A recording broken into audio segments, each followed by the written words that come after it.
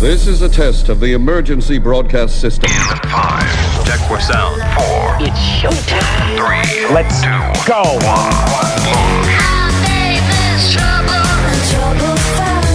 Thanks to Rode Microphones and Harlan Hogan's VoiceOverEssentials.com, the home of the Portabooth Pro. This is the Pro Audio Suite podcast with Robert Marshall from Source Elements and Someone Audio Post, Chicago. Darren Robbo Robertson from Voodoo Radio Imaging, Sydney. From LA, George the Tech Whittam, the tech to the VO stars. And me, Andrew Peters, voiceover talent and home studio guy. Welcome to another Pro Audio Suite. This week we're digging down in a giant rabbit hole in the weeds of tech stuff. We're joined by three guests. We have Alistair Lee, who's a voice artist based in Sydney.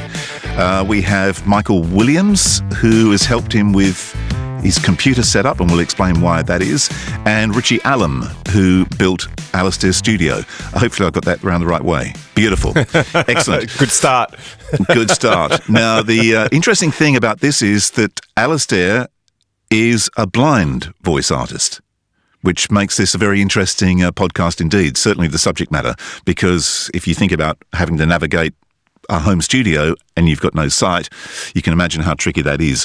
Hence the reason we have Michael and Richie with us. So first of all, give us a bit of background on your career, Alistair. Well, I studied music at university, and I've been a person that's always enjoyed challenges, whether they be ones that blind people aren't supposed to do, such as driving cars, or I did a lot of swimming and athletics and sports. So I've had a varied career. I worked in IT for a long time, and I always, from the age of a child, listened to thousands of audiobooks, particularly out of the UK, and that developed my love of the human voice. And then moving forwards from that, when I finished high school, a friend of mine suggested that I should, think about doing voices. He was a blind voiceover artist by the name of Matty Ponsonby, who many of you, or many of us that have been around for a long time would remember. And Matt sort of mentored me about how the industry worked and what was required. I then approached one of the agents at the time who knew Matt very well, and they mentored me as well and said, look, go off and learn a little bit about life and, come and see us when you're ready. And so I went off to university, finished uni, got a full-time job and was doing sort of voiceovers on the side of that. And then sort of left the IT world about 10 or 11 years ago and sort of got into voiceovers full-time. Do you think the IT background was in some way helpful? Yes and no. I think having an interest in all things electronic and mechanical means that I don't fear pulling something apart if it breaks. My studio builder, Richie, came over the other day to find me testing a new type of reciprocal saw so I can chop up logs in my back garden because I decided that a chainsaw was a bit too dangerous. So right. I suppose my stress levels were only mildly triggered that day. Nothing like a challenge. Yeah. So, but to answer George's question, yes, it does, because it allows you a knowledge of sound equipment, which is relatively important. And the second thing is that you're not frightened of, if you can't access something, you find a way around it, as we've had to in the case of using Source Connect and various other equipment. The big debate of whether you use a Mac or a PC, for example. Macs were the mainstay in audio for a long time with Pro Tools. I've decided not to go down that path, and Michael and Richie can elaborate on that as well. Yeah, so you have an aptitude for technology, and now any voice actor can attest, especially now, is very helpful, right? I mean, there's no denying that. Hugely. You're not intimidated by the technology, I mean, if your brailler breaks and you've got to pull it apart and fix it, it's an old-fashioned typewriter, for example. I've got some tools, I can pull it apart, regrease all the parts. I haven't done that for a long time, but, it can help to be able to do that. Yeah. So to get everyone started and give us an understanding, how, when your average voiceover artist records a script, they walk into the studio, they hit record on their recorder, they stand behind the microphone and away they go. What does that look like for you? Well, the difference being is that I obviously can't read print. To clarify, I've got absolutely no sight, so I'm profoundly blind in that sense, or completely blind. So there's no, I always say to people say, oh, blind or visually impaired, and I always say, well, there's no vision to impair. So let's get that out of the way and move on. And were you that way from birth? Yes, I was. I was born very premature, and the oxygen caused that lack of sight, amongst, a couple of other health challenges. But to answer your question, Robbo, what I do is I translate the script into Braille. So that's called transcribing. So either in the old days, I used to use what's known as a Perkins Brailler, and you can get pictures of those. It's a big old-fashioned typewriter, and that's what Matt would do. Yep. And you get someone to read it to you, or I'd have to ring someone on the telephone or read it on the computer manually, line by line, and Braille it, remembering every line, which took ages when I was doing, 10 or 15-page corporates, you can imagine. And I'm a fast typist, but that used to take hours because you'd have to check to make sure you'd have the commas and the punctuation. Now, the technology has advanced so I can use an embosser. And that's basically a fancy way of describing a big Braille printer. So for me, what I do is I transcribe that before I go to a job, and if we're doing it in another studio, the client or the agent will have the script sent to me about half an hour beforehand, if possible, and sometimes it's been tighter than that. I then edit the script. If it's in a PDF, I have to put it into a format that can be translated, and then I print it, and then I whiz off to the job, or in the case now, I can use my own home studio to connect anywhere in the world. So I'll put that script in Braille in front of me and read it. Obviously having checked that my gear is all running and active and ready for a record. So how do you go on a big 14, 15-page corporate if you're actually in a studio, not at home, remembering changes and things like that? How does that work? You just learn to.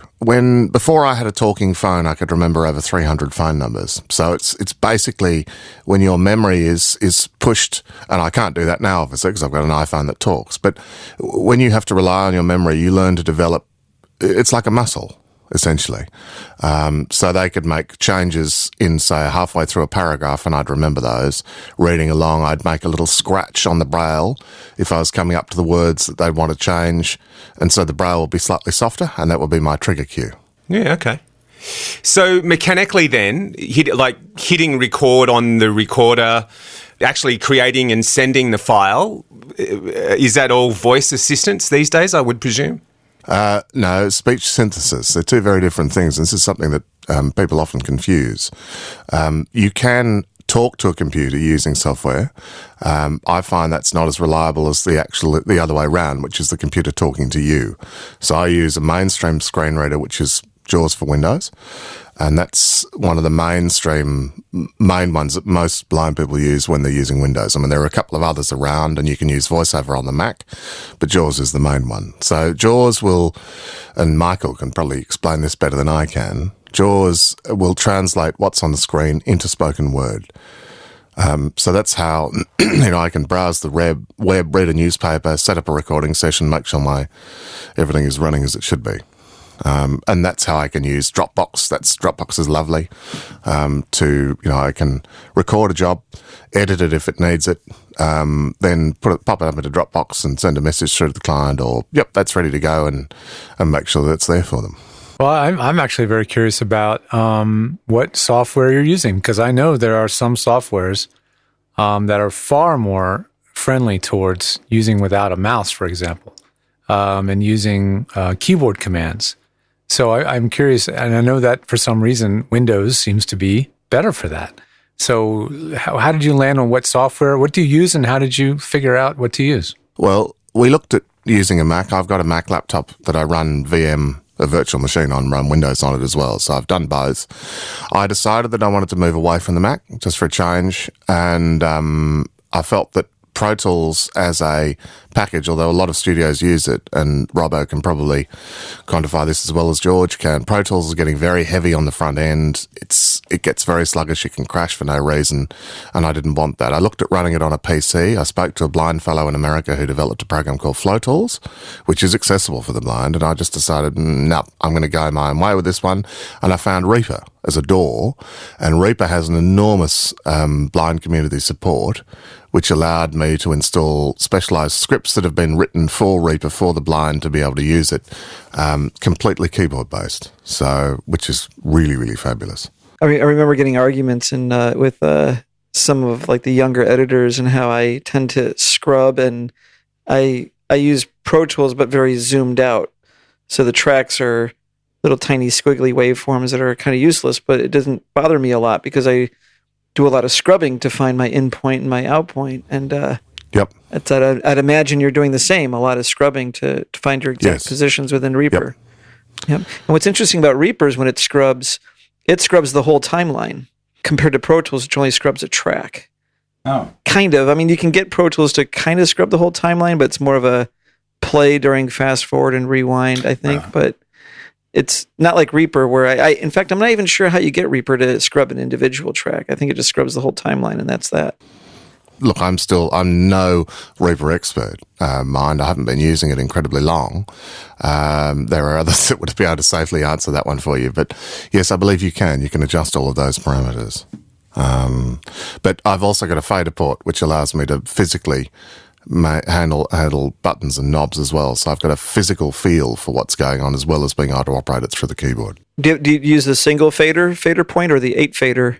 And I've got an 8 fader. It's the fader port 8. The 8. Okay. So yeah, you're able to mute. Yeah. Yeah. Mute every other track. I can do that. I don't use it much at the moment as I'm still sort of learning my way around it. But as Richie and Michael will attest, when I started, I was very daunted. I had a blind genius come in and assist me, who's very involved with Reaper, and he taught me a lot of all the commands, and we set it all up together, and Richie spent the weekend with this chap, and together we made it work, and that's, but it's still, there's a lot of things you've got to listen to and learn as well. So you need to, as a blind person, probably have more understanding of what you're doing than a sighted person, because you can just click on this and click on that and click on a window here, and you don't always really need to know what it's doing. When you're blind, because you're relying on that audio input, you do have to have more understanding of what you're actually switching on and off on and why. So your knowledge needs to be a little bit stronger as well. It is, if you've looked at a lot of other software and you're used to operating other software, it's still daunting. It is hugely. There are complexities that I will never need and never understand at this stage. Yeah. It's trying to find the best way of making it work. Yeah, just while we're on that topic, just from my own experience dealing with Pro Tools, it's completely locked off in so many different ways. Like just historically, like you wouldn't be able to use any MIDI devices or program them up unless they were sort of sanctioned, M Audio gear or Avid gear or whatnot. Ableton, we were thinking about that at the start as well, but it's really, even though it's got like that whole programming language, like the Max for Live and stuff behind it, the actual interface is very graphical, so it doesn't lend well to, screen readers and stuff like that. And we've found that over and over again, but Reaper seemed to be one that was programmable. You could run scripts. All of the text on the screen and stuff was accessible. So that's one of the reasons why we sort of drew to that. Yeah, I'm a big fan of how flexible Reaper is, and it's like it's got a million menus and options. But like if you were asked a question, can Reaper do that, and you were in Las Vegas, your best bet would say yes. Because, for instance, things that people don't even know about Reaper, and not really about this particular subject here, but you can edit video in Reaper. Who knew that? Like literally with wipes and titles and the whole deal. It might be a bit of a far. I can do lots of things, but I think that one might be a bit difficult for a sighted viewer. Might be a few frames that don't quite fit in with the aspect ratio. Right. Yeah, no, there are some people that really know Reaper, and there's a lot of people that can functionally do basic things with Reaper, and I would say I'm more in the latter, of knowing how to functionally make it work. But those that have gotten under the hood of it and learned to customize it, it's quite impressive. And that to have a a community around the use of Reaper that are the non-sighted It's wonderful. users is a huge thing. I mean, I so rarely get the opportunity to work with people that don't have sight. But when I do, I will definitely keep that in mind. I mean, to know that that's out there. I've only had one direct consultation with a woman who was a blind voice actor, and I got to work with her in person in her home, and I watched her work SoundForge. And that was the one that she learned SoundForge and Goldwave, yeah, they were the ones. She flew around that thing. It was just absolutely amazing. You know, once I upgraded the equipment and put the mic right in the right spot for her and made sure the physical setup was ready, I just watched her go. And it was remarkable. So, yeah, those softwares that have customizable keyboard shortcuts and, of course, work with screen readers, that's huge. That is really cool to hear that. On that sort of topic of accessibility, that brings me back onto, when we set up the studio, one of the things that, having good ears, when we were putting all the sound panels into the room where I've got it, and Richie had nearly finished, and he said, how do we think? And I said, no, I want more panels. And his comment was, I wish I had more clients like you.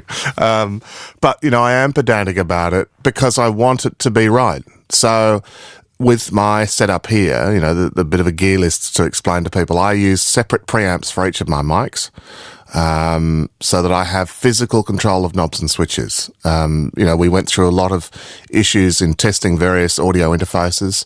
So I've got an RME, and Richie can probably explain better how we've got everything connected and wired, as that's his domain. But I've got a Neumann U87 connected to an Avalon VT737 SP. I've got a 416 connected through to and I always get the name of it wrong, this Neve copy that I've got. What's it called, Richie? It's a Golden Age Neve style preamp. It's a 41.6. Then I've got 41.6. The new standard in name for that that microphone. Is it though? See, we've agreed to that on this show because 41.6, okay. Yeah. Because you have the American and the Australian, so we decided to come up with our own. Yeah, right. I like it. So the 41.6, which I find is good. And then the RME UCX Fireface USB 3 interface, which Richie can talk more about and explain why we've gone that route as well with setting it up. Then I've also got a Claret 4 pre-Focusrite as well that sits off that, so that if someone comes in, I can plug their laptop in and it doesn't affect any of my setup. I've got a Presonus V2 studio monitor control set to control speakers and headphones again, so that I can turn knobs. And then I've got the fader port, a custom-built PC with modified fan control so the fans don't make a noise. And we even picked specific drives in the NAS so that they would be as quiet as possible so you wouldn't get any vibrations. So it's sort of being very pedantic about making sure that the setup is top-notch and that the audio quality is good, having good cans, really good Denaudio monitors, because playing back sound to me is critical, just to check things. And the biodynamics I love, but that's a more expensive way of setting it up.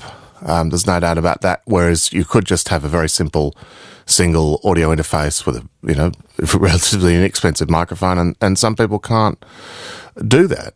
My attitude was I wanted to set it up once and set it up right, and so I decided to push the boat right out. So you have the Biodynamic headphones, the DT770s, or what do you monitor DT770s, yep. Okay, good. I've got DT770s, got 2 pairs of those, and I've also got a Korg, and that controls all my line level inputs, which means I can slide switches so I can feel where they are in a position to set on my levels. The other thing we've also got, which I think more sighted people should use, is an audio level indicator, which the hotter I get, it will beep at a different pitch to show that obviously I'm getting a bit warm in a level. And it's great because you don't have to look at it was, I think it was like an English university, maybe accessibility research. It was a guy from Sweden that worked with them. Yeah. And then, getting plugins that work well so that it makes it easier for you to edit in Reaper as well. We found that Isotope plugins worked well. Getting good pop shields. I don't know. Yeah. Just by nature, you have great ears, right? Mm-hmm. I mean, it's part of your survival, right? So you have great ears there. You have music training, So that also gives you great hearing. You're going to have incredibly attuned hearing. And so everything now matters. When you said you use the DT770s, I had a little, I was like, oh yeah, that's right. Because those are the ones I have, and so I go, okay, if you like them, I know they're pretty good headphones. And it's the same with the Denaudio monitors. I tested quite a few, and Richie and I looked at those, and I just loved. It's such a true sound that comes out of them. They hide nothing, and that for me was very important. I what I call blind tested all these mics before I went and got them. And I know that you guys have had podcasts about different mics recently. I chose the two mics I've got because they're industry standards. I wanted the Avalon, using it with a Neumann because it's just a beautiful combination, and some of the 416 running this other little preamp as well, because they just work. And when you come to Source Connect and the way everything's set up, and this is where these guys, Michael and Richie, have put in such an amazing effort. I can then change mics in the middle of a session if I need to, or it's all there. I can just click a button or press a down arrow key, and that's the thing. And so for clients on the other end, who they don't even have to know that I'm blind, for example. So you never have to say anything or make it about that. And I don't want that to define me as a voiceover artist, which is, I just need the script 5 seconds earlier. And if you're working with someone overseas, they email it through to you anyway. So it's not difficult. I think that VT770, or the VT, I'm sorry, getting my numbers mixed up. The VT737 SP is a beautiful piece of industrial engineering. It's a beautiful looking piece. I imagine it's also a beautiful feeling one to operate because of its, the way it's laid out. The knobs are all very easy you can probably tell exactly where every knob is, Yeah, you can. And that's one of the reasons why, we went that way. Same with the Korg, where I can adjust my line levels. Same with the RME, because we run quite a few different things as compared to the average. We've got a screen reader running as well, which can be a little bit intensive in terms of power consumption and other things. We had to be careful with the graphics card setup on the motherboard because I didn't want anything slowing the machine down. We also made sure that the RME handles everything. So Richie was able to go into their software at the back end called Total Mix and configure it so that everything is controllable for me with knobs and dials. But it's all digital. Would you like to have a little chat about that now, seeing as we're on the I'd topic? love to know how and why, how you went with RME. And I mean, I know it pretty well, but it's one of the, again, of all the systems, it's one of the little bit more daunting. But that's probably why it's so good for your use case. So with daunting comes flexibility, and it's that super German mindset, if you like. So like coming into the project, I'd worked very minimally with blind clients before. So I felt like I had some kind of idea of, how we were going to tackle everything, which turned out to be wrong. And there was a lot of trial and error with stuff. But we ended up going with the RME, firstly, because it had some like compression and all of that kind of stuff on as well. Like I thought we could use that as a bit of a limiter, which might be useful. But I also got it because they had the little USB controller for it, which they called the ARC. And I would have thought that would have been able to cover all of the duties like setting levels and headphone levels and all of that kind of stuff. But it didn't actually work out for the way we wanted to use it. So the way we wanted to use it was have the mics going straight into the preamps, like hardware preamps, because then Alistair was able to, basically set the gain, and anything apart from that would be just a bonus, like a bit of EQing on the way in and a little bit of compression and whatnot on the way in. So that was just made it hands-on control, and that's like obviously the most useful for Alistair. So then we had line level coming into the RME. So without having to control the RME's preamps, we needed a way to just be able to do like monitor mixes for both of the microphones, and also software returns coming from the computer as well. And so we needed to be able to just do those monitor mixes, and that little ARC controller, even though you could program it for literally everything, like outputs, headphone levels and their actual own preamp levels, you couldn't craft monitor mixes with them. It's just something that hadn't been programmed into them. So that was a bit of a bummer. So that's where we got a little Korg nano control it has like 8 faders and mutes and solos and all of that kind of stuff. And what I was able to find, not in the actual documentation, but online, like on a forum somewhere, somebody like reversed engineered all of the MIDI control for the RME. So we're actually able to just assign every fader on the Korg to be just like if you put it down, it's down. If wherever you put it, that's the volume that it's going to be. So we're able to set up like a really basic monitor mixer for Al and literally go, right, what's the level of the headphone that Al wants to monitor back? What's the microphones, I should say. But we also had virtual audio outputs for all of the things on his computer. So there was a separate one for the screen reader. There's one for Source Connect. There's another one for Reaper. So with all of those, like while Al's like doing a take and he's realised that, Jaws is still yapping on in the screen reader's yapping on in the background, just by feel, he can just turn it down because all of the things are connected through that RME and it can handle it so successfully. You don't get any like sample rate mismatches and things aren't trying to go over the top of each other. So that ended up being like the perfect solution. Like it couldn't have worked out any better. And that took a lot of time too with Richie. And, we, as I said, we found our way because we tried with the Claret at first and it had some delay and some issues with latency. And that's why, there's a big price difference between the two interfaces. But I kept the Claret so I could use it as a spare for whatever reason. And then, if someone needed to come in and do something, they can just plug straight in and it doesn't affect my setup at all. Which is the main thing, because I didn't want people adjusting it because, having spent thousands setting it up and a lot of hours of everyone's time. And a good example of that is like with the RME, it was able to just set up an auxiliary send, if you like, from the microphones going out line outs, which would feed the Focusrite, and then just have them coming on the way in as well, which means that you can have guests there and they can use an interface and have it plugged that interface into their, laptop or whatever, but it just leaves Al's pristine monitoring system intact, basically. Yeah, it's like a press distro. Right. So, Richie, did you come across any challenges in the build?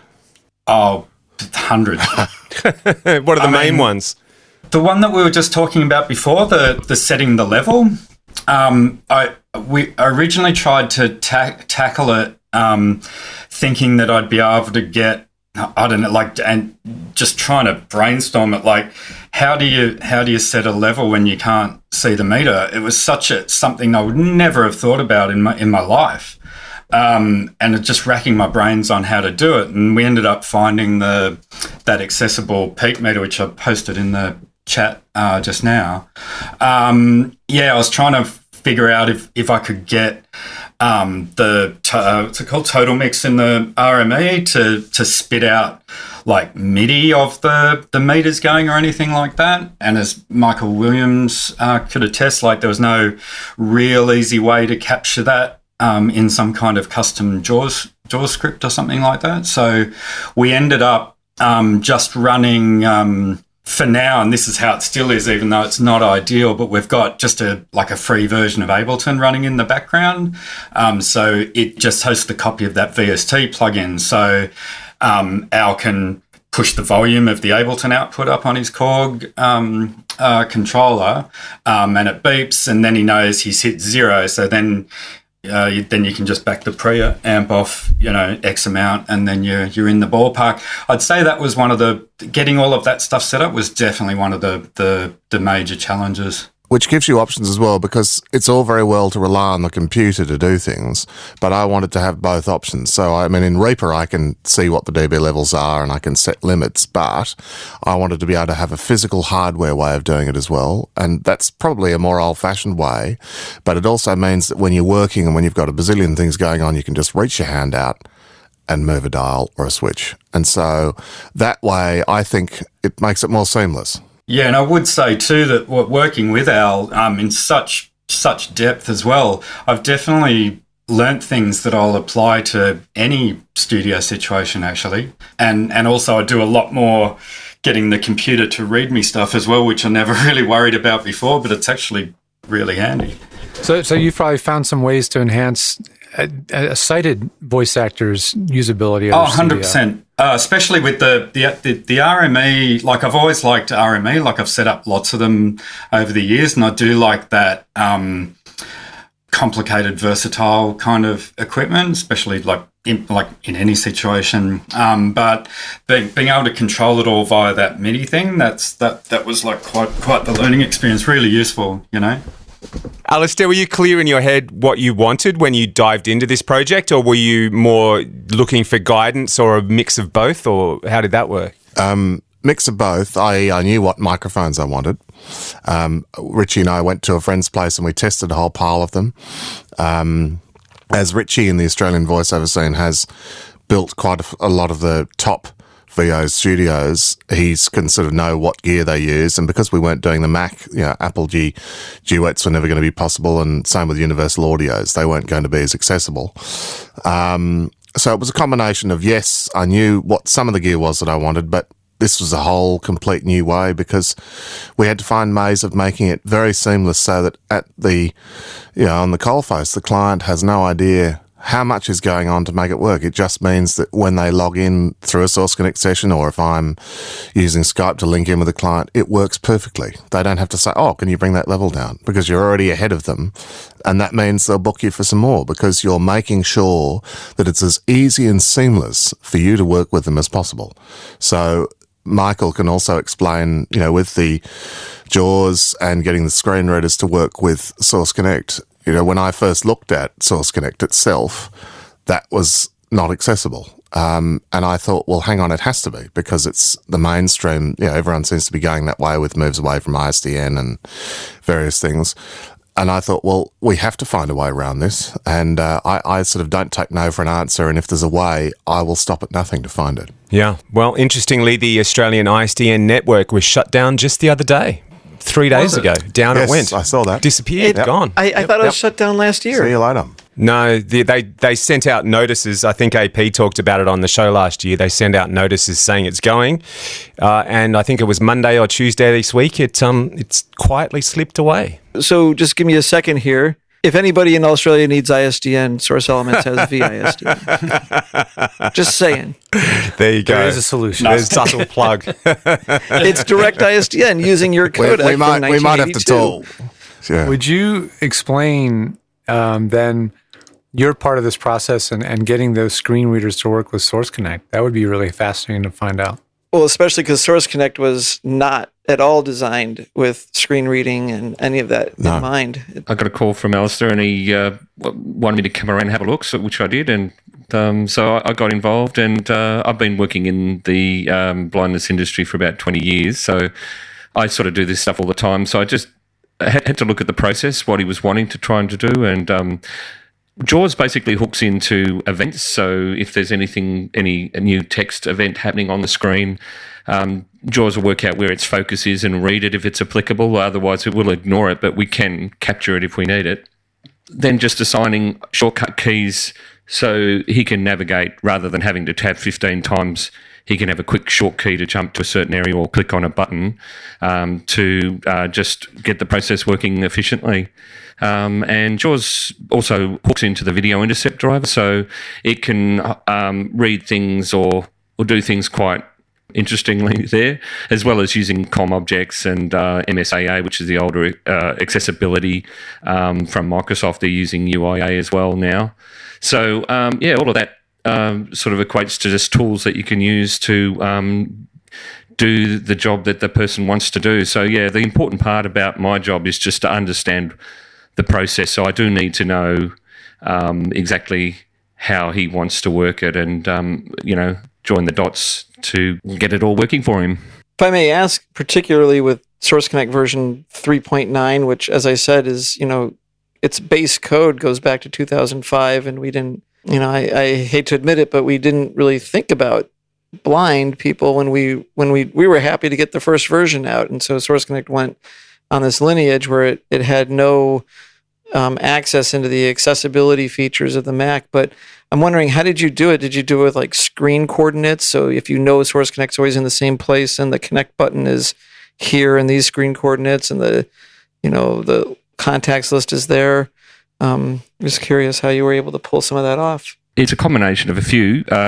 You did actually have some UI there that I could draw on. So I did with the log on. It was very difficult. I had to actually use screen coordinates there and just know where the window was going to be if you moved it and adjust it accordingly. So yeah, a bit of everything. That's the thing about JAWS scripting. It's never the same, unfortunately, because you programmer guys use plugins. Sometimes you don't want to write the stuff yourself, and you might write everything else accessible, but the plugin you're using is not accessible. So yeah, you just have to draw on all those elements that JAWS hooks into to be able to get the job done. So JAWS knows the location of the overall Source Connect window, and then if it gets moved on the screen for whatever reason... That's it. That's great. I set up another blind user, and I didn't go that far. I basically told him, never move Source Connect. Yeah, that's so I used Automator. I used Automator and Apple to do the same thing, where it would launch, and then a few seconds later he could type his password in. Actually, it was already remembered, and then he could click tab, and it would click right with the login button, and then boom, he's logged in. And then luckily, if he always accepted the connection when the connection came in, he just had to hit enter to accept the connection. If not, I never figured out how to possibly read the contacts list for him. Just to explain how I approached that one, with that login process, I just decided to automate it completely. So we have some he puts in his username and password, and JAWS will remember that. And then he'll just hit a hotkey. It will then move to those controls, put the password in. Then it sits and waits for that event, for the change, like that's the log-on password screen. And then when it drops into the other screen, JAWS will be notified of that. Then I kick in and move to an area on the screen that was more useful for him, which was the connect list. And that was done UIA. And so you were able to read the contents of the connection, the contacts list as well? So it sort of worked out for him. It's not a big program, so it wasn't a very big job to do, but... Because then the up-down arrow takes you through the contacts list, so that's not too hard there once you're in it. So I can move up and down and see who's logged in, whether they're busy or not, and that's crucial because you can then, if it doesn't connect or times out, which it can do if a person's not on, it'll tell me that. And it's a little bit clunky, and that's why with version 4 it'll be interesting to get involved with the development of that, and I'm very excited. I saw already that they able to work with Source. They got you some alphas for version 4, I believe. Not yet. No, I'm still waiting to move forwards on that. But there you go. But I'm very excited because it's giving other blind people options, basically, and also because so many people now use Source Connect, it brings back that, Michael says it's a little job, and for him it might be, but for me it was enormously significant that he was able to find a workaround and make it work effectively. Source Connect now you can use through the web, obviously, and people do, but for us, obviously, using Standard or Pro was fundamentally important for audio quality. So let me ask one other question. Are you able to know the status of that receive indicator? Do you know what I'm speaking about? There's like the send is almost always active. It's hard to come up with a situation where you can't send, but it's good to know if you're receiving or not. And I wonder if you're able to like the only way you know if you're receiving is if you hear them. Just to take you back one step, what do you hear when you see someone's online? Like, do you hear Darren Robertson online or what? Yes. Yeah. Okay. So I'll just I'll turn up my speakers just quickly and I'll show you. It'll be very fast, but this will give you some idea. So I've just turned them up. So again, I'm reaching out to the Korg. I'm sliding up the JAWS volume knob. So I'm now in my Source Connect window. So it says Robo 2 connected. So I've just jumped up with 2 keystrokes and I can see. So, I can see that Andrew is online, but he's not connected to anyone. Echo 44 mono is online. So that's how I can do that. Yeah, wow. It's so fast. It is, isn't it? It really is. Yeah, it is. It sounds like the legal at the end of a spot. Yeah. The other thing is also with these things is you don't sometimes want too much verbosity. So being able to slide that knob down for me is crucial because if I've set up a session with someone in Source Connect, I go into Reaper. See, it's reading me the status. Because obviously someone's come offline, it's still reading that Robo 2 is connected. You don't want that in the middle of a recording. So I've just turned that right down so it's not coming through the speakers. So of course, it's got to find a way long term to maybe not have it read that all the time, but sometimes you do want it. I'm interested to go back a step further even to something we were talking about. We touched on a little while ago in terms of the home studio in general. Here in Australia, which we've spoken about on this show many times before, up until COVID, there's been massive pushback against home studios. Mm-hmm. How did you find that pre-COVID and how are you finding it now? I think pre-COVID, and it is different in Australia because often in many cases you'll go into a studio and do a job. So for me, that meant jumping in a cab with a guide dog and a brailer. I always took the brailer as a backup in case, there were massive script changes and I could do them on the fly. And I decided pre-COVID, obviously I started talking to Richie back in September, October, and then he was busy doing a build, so I had to wait. It will never replace me going into a studio because I don't want to. I'm not in competition with mainstream studios, and this is something that in Australia, one needs to be respectful of as well. It's basically for me having the home studio allows me as a conduit to connect anywhere, whether it's a studio here or a studio overseas. And it means that I don't have to jump in cabs all the time, which I'm fine with doing. It was good having the guide dog. You can find doorways and buildings. But, that always added an extra layer of complexity to jobs where sometimes I'd have a client, for example, that lived 50 minutes away in their studio, and I one day had a job that came in, the agent rang me, can we do this job? So I brailled it in the cab, going over bumpy roads. As I was getting up there, I got in there with 4 minutes to spare, was in the studio, did the job, came out, and then caught a cab back home.